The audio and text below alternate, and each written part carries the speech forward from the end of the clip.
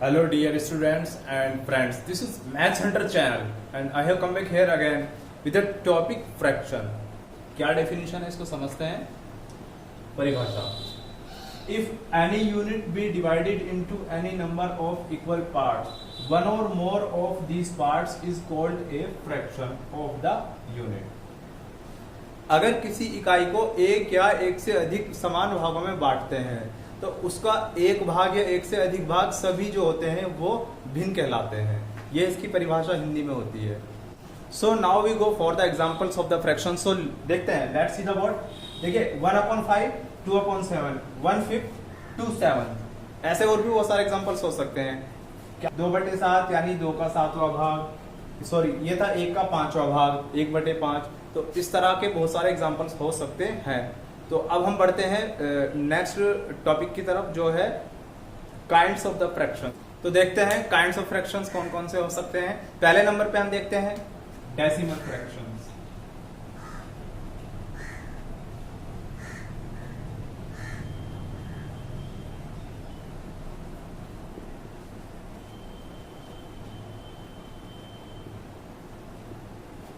Decimal fraction को हिंदी में कहते हैं दशमलव भिन्न. लिख भी देते हैं.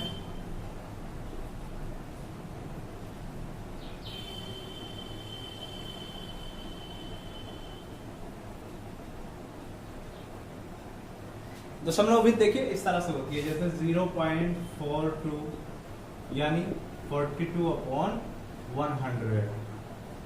और भी बहुत सारी हो सकती हैं, जैसे 3/10 यानी 0.3 इस तरह से, या 5.6 यानी कि 56/10. या एग्जांपल लेते हैं 0.003 यानी 3/1000. सो ये कुछ एग्जांपल्स हो सकते हैं डेसिमल फ्रैक्शंस के. ठीक है. लाइक फ्रैक्शंस मतलब एक समान तरह की जो भिन्न होती है, उसमें क्या होता है, फ्रैक्शंस लाइक फ्रैक्शंस होती है, जैसे 3/4, 1/4. जैसे ये लाइक फ्रैक्शन हो जाएगी क्योंकि इनके जो है डिनोमिनेटर सेम है, दोनों के हर समान है. यहाँ पर 4, यहाँ पर भी 4. और एग्जांपल लेते हैं 1/5, 2/5, 3/5, 4/5. ये भी लाइक फ्रैक्शंस का एग्जांपल है क्योंकि इनमें भी क्या है, समान हर है सभी में, यानी denominator are the same in all this. तो देखिए और भी एग्जांपल्स देख सकते हैं. 1/6, 5/6. या और एग्जांपल ले सकते हैं 1/7, 2/7, 3/7, 4/7, 5/7 या 6/7. These all are the examples of the like fractions, यानी कि सम भिन्न. अब देखिए हम लाइक फ्रैक्शंस हम पढ़ रहे थे तो उसमें डिनोमिनेटर यानी हर जो था भिन्न का वो समान होना चाहिए था, वही एक शर्त थी.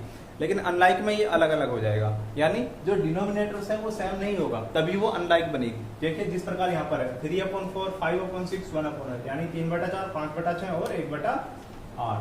इसके कुछ और भी एग्जाम्पल हम लेते हैं, जैसे 5/7, 2/3, 9/10. So these are the examples of the unlike fractions यानी विषम भिन्न. ठीक है. देखिए बस ये ध्यान देना है आपको कि जो ऊपर की संख्या है वो नीचे की संख्या से छोटी होनी चाहिए. देखिए हर का मतलब होता है जो संख्या नीचे है, तो नीचे की संख्या, और अंश होता है जो ऊपर की संख्या है, तो ऊपर की संख्या छोटी रहनी चाहिए, नीचे की संख्या बड़ी रहनी चाहिए. इस प्रकार से एग्जांपल देख लीजिए 1/3, 7/11, 4/5. ये सभी एग्जांपल जो है ये प्रॉपर फ्रैक्शन यानी उचित भिन्न.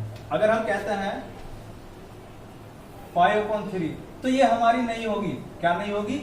उचित भिन्न या प्रॉपर फ्रैक्शन नहीं होगी. लेकिन ये सभी क्या हैं? ये उचित भिन्न है. इस तरह से इस तरह की बहुत सारी भिन्न हो सकती हैं.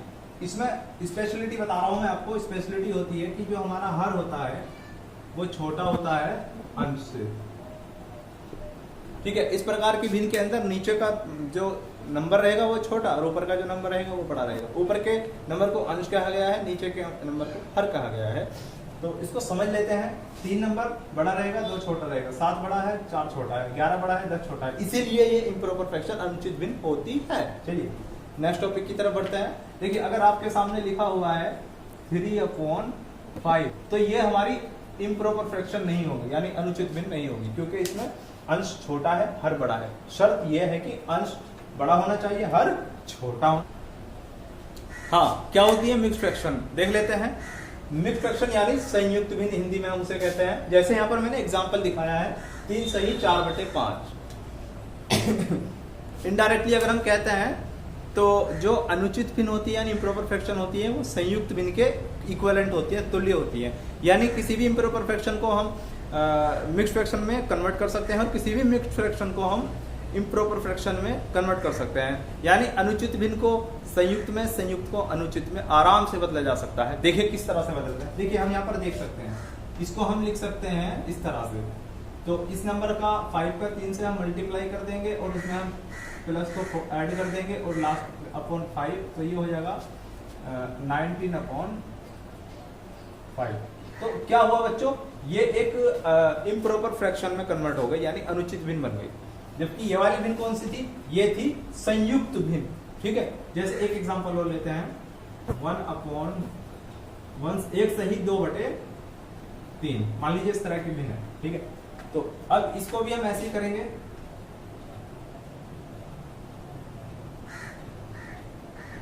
तो ये हो जाएगी 5/3। तो ये भी कौन सी भिन्न में कन्वर्ट हो गई, इम्प्रॉपर फ्रैक्शन यानी अनुचित भिन्न। अब देखिए ना, यहाँ पर ये इस टाइम पे कौन सी भिन्न है, ये है मिक्स्ड फ्रैक्शन या संयुक्त भिन्न है। तो इस तरह से आप समझ पा रहे होंगे कि एग्जाम्पल और भी हो सकते हैं। देखिए 2-4 एग्जाम्पल और दे देता हूँ। जैसे मैं 5 सही 1/6, या और एग्जाम्पल दे सकते हैं 4 सही 3/7।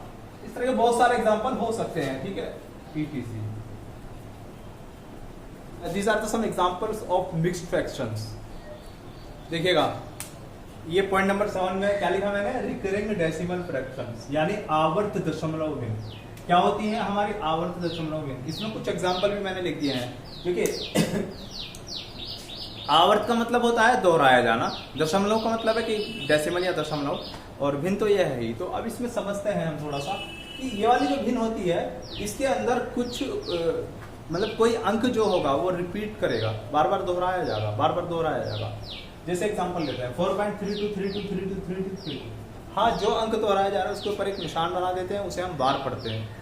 4.32 बार ऐसे हम पढ़ते हैं। जैसे 0.03333 dot dot dot dot dot 0.03, और 3 के ऊपर हमने बार इसलिए लिखा है क्योंकि इस बार का मतलब यह है कि ये इस बात को इंडिकेट कर रहा है कि 3 जो डिजिट्स है या अंक है वो बार बार रिपीट हो रहा है, दोहराया जा रहा है। सो ये these are all the kinds of the fractions. ये है हमारे भिन्न के प्रकार। ठीक है, आप देख रहे होंगे हमारे पास में 3 भिन्न है, ये हमें दे रखी है और हमें इनको आरोही क्रम में एडजस्ट करना है। कैसे करते हैं, बहुत इजी तरीका है और बहुत इंटरेस्टिंग भी। देखिए कैसे करते हैं। एक एक भिन्न हम ले लेते हैं। 1/5 मैंने ले लिया, तो मैं इसको करने की कोशिश करता हूँ। तो मैं इस तरह से करूँगा, बेसिकली मैं इसको इस तरह से करूँगा, 1 5 - 1 हमारे पास आ गया 1/4। फिर मैं लिखूंगा 1 4 - 1 हमारे पास आ गया 1/3। फिर मैं लिखूंगा 1 3 - 1, फिर आ गया हमारे पास 1/2, और लास्ट में मैं लिख दूंगा 2 - 1, और फिर लास्ट में हमारे पास आ जाएगा 1। देखिए 2/7 को मैं कैसे करता हूँ, 2/7 हम इस तरह करेंगे, 2 7 - 2, और लास्ट में हमारे पास अभी आ गया 5। फिर आगे बढ़ाएंगे 5 - 2, फिर इसको थोड़ा और आगे बढ़ाएंगे 2, तो 3 आ गया। ठीक है, तो हम इसको आगे फिर भी बढ़ा देंगे, तो हमारा हो जाएगा 3 - 2, तो ये हो जाएगा 2/1, यानी कि ये हो जाएगा 2। अब नेक्स्ट स्टेप पे हम आते हैं, यानी नेक्स्ट हम जो फ्रैक्शन है उसको ले लेते हैं। तो ये हो जाएगा 5/6 - 5। तो ये इजीली हम लिख सकते हैं 5/1, या फिर हम लिख सकते हैं 5। तो हम एक रिजल्ट पर पहुंच पाते हैं, और रिजल्ट हमारा यह है कि पहले फ्रैक्शन हम 1 के इक्विवेलेंट ले आए हैं, दूसरी फ्रैक्शन 2 के इक्विवेलेंट ले आए हैं, और तीसरी फ्रैक्शन हम 5 के इक्विवेलेंट ले आए हैं। तो अब अगर आप ध्यान देंगे तो आपको एक बात पता चलती है कि सबसे छोटा अंक 1 हो गया, उससे बड़ा अंक 2 हो गया, उससे बड़ा अंक 5 हो गया। तो लेकिन 1 कहाँ से आया? 1 आया 1/5 वाली फ्रैक्शन से, और 2 कहाँ से आया? 2/7 वाली फ्रैक्शन से आया, और 5 कहाँ से आया? 5/6 वाली फ्रैक्शन से आया। ठीक है, and this is our required answer. This is our required answer. ये बढ़ता क्रम हो गया इन फ्रैक्शंस का। तो आप इस तरह से इसको कर सकते हैं। ये बहुत बेहतरीन और इजी तरीका होता है। तो हम यहाँ पर लिखेंगे 3/4 - 3। तो ये हमें क्या प्राप्त हो जाएगा? 3/1 यानी कि 3। फिर हम लेते हैं 5/9। इसको हमें लिखना पड़ेगा 5/9 - 5। तो हम यहाँ पर लिखेंगे 5/4, और फिर इसके बाद में नीचे का जो अंक है वो छोटा है, तो यहाँ से आगे बस अब कुछ नहीं करना है, डायरेक्टली हम इसको डिवाइड कर सकते हैं।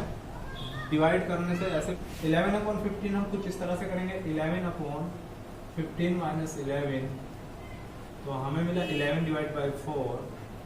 तो यहाँ भी हम डिवाइड करके देख लेंगे इस तरह से।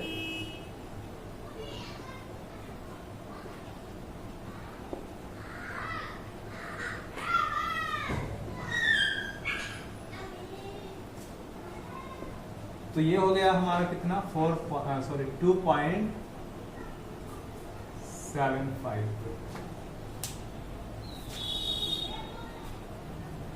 तो इस तरह से आप देख रहे होंगे 2.75। हाँ देखिए, नंबर देख लिया ना, एक हम इस रिजल्ट पे पहुंच रहे हैं कि एक 3 मिल गया है, एक 1.25 मिल गया है, एक 2.75 मिल गया है। अब इनका आरोही क्रम बना लेते हैं। देखिए कैसे बनेगा आरोही क्रम। सबसे छोटा नंबर क्या है हमारे पास में? 1.25। उससे बड़ा नंबर क्या है हमारे पास में? 2.75। और सबसे बड़ा नंबर 3। तो ये नंबर जो हमें मिला किसके कोरस्पॉन्डिंग मिला है? 5/9 के। और ये नंबर किसके कोरस्पॉन्डिंग मिला है? 11/15 के। और ये वाला नंबर किसके कोरस्पॉन्डिंग आया है? 3/4 के।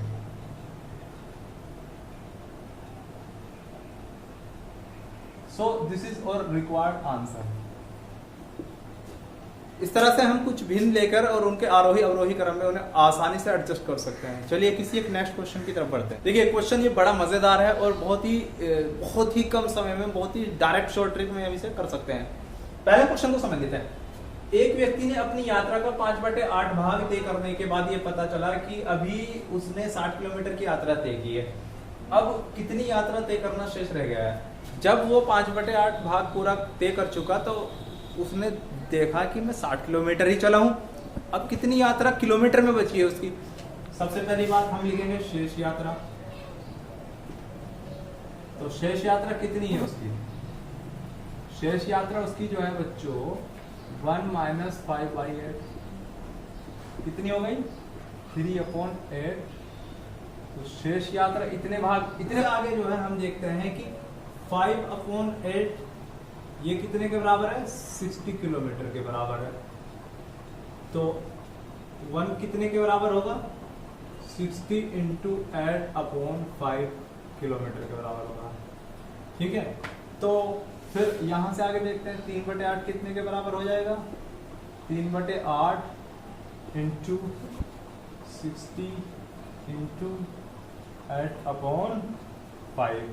तो 8 से 8 कैंसिल हो जाएगा, हो गया। 5 से ये 12 बार हो जाएगा, हो गया।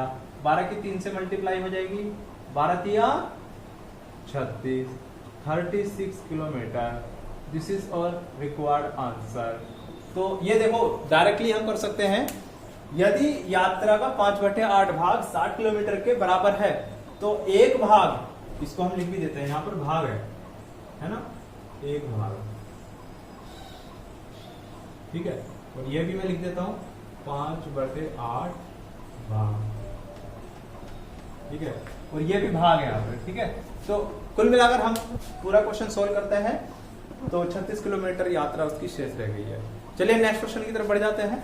एक क्वेश्चन बड़ा मजेदार है। नेक्स्ट क्वेश्चन आपके सामने है, आप देख रहे हैं। इस क्वेश्चन को करते हैं। 5/12 का में कौन सा भाग है जो 100 के 3 से ही 3/4 के बराबर है? बस बहुत आसान है, देख लेते हैं कैसे करना है। डायरेक्टली हम लिख देते हैं कि 100 इंटू,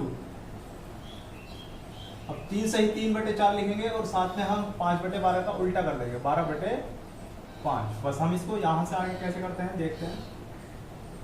4 दिया 12 3 15/4 हो जाएगा और ये 12/5 हो जाएगा। 4 दिया 12, 5 दिया 15। अब देखिए यहाँ पर क्या आ गया 100 इंटू 3 इंटू 3, तो कितना आ गया 900। इतने रुपए आ गए हमारे पास, ठीक है रुपए। तो दिस इज और रिक्वायर्ड आंसर। चलिए ये आपको समझ आ गया होगा। ये जो संख्या है इसको हमने पलट दिया क्योंकि इसी तरह से हमें ये करना था। अब हम नेक्स्ट क्वेश्चन की तरफ बढ़ जाते हैं, नंबर 3। देखिए 3 घंटे में 40 मिनट को भिन्न रूप में बदलिए। अच्छा कैसे करते हैं, 40 मिनट और बटे में हमें लिखना है 3 घंटे। अब इसको हम इस तरह से करेंगे 40 मिनट 3 घंटे, तो यहाँ मिनट में बदलने के लिए, क्योंकि जो घंटे है उसको मिनट में बदलना पड़ेगा, क्योंकि जो इकाई है वो अंश और हर की समान रखनी होती है। इसी प्रकार से ये होगा। तो 20 दूनी 40, 20 तिया 60, तो 2/3 गुणा 3 2/9 एंड दिस इज और रिक्वायर्ड आंसर। ठीक है, भिन्नों के अकॉर्डिंगली अपना रिएक्शन दे दीजिए। चैनल पे जाके चैनल को शेयर सब्सक्राइब कीजिए। कमेंट बॉक्स में अपना फीडबैक जरूर दीजिए। बेल आइकन को प्रेस करना नहीं